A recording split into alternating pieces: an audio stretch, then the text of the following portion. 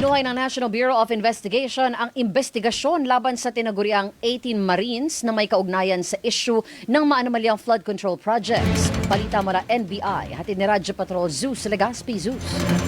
Sa ng investigasyon sa tinatawag na 18 Marines matapos lumapit sa ahensya ang kaanak ng isa sa kanila na nagsasabing inalok ang mga ito ng pera kapalit ng kanilang testimonya kaugnay sa flood control scandal. Ayon kay Matibag, sinabi ng kaanak sa sinumpang salaysay na 5 milyong piso ang inalok sa 18 Marines at mismong si dating Congressman Mike Defensor ang nakikipagnegosasyon sa kanila.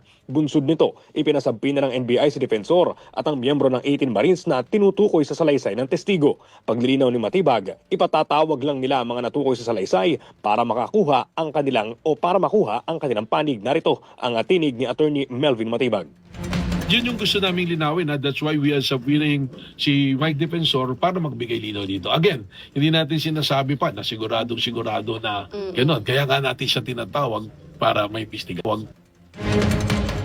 Dagdag ni Matibag, lumapit ang kaanak ng 18 Marines sa NBI matapos umanong hindi matanggap ang commitment o perang ipinangako sa kanya. Hunyo 2 pa nang maipadala ng NBI ang sabina kina Defensor na may 5 araw para magtungo sa tanggapan ng ahensya.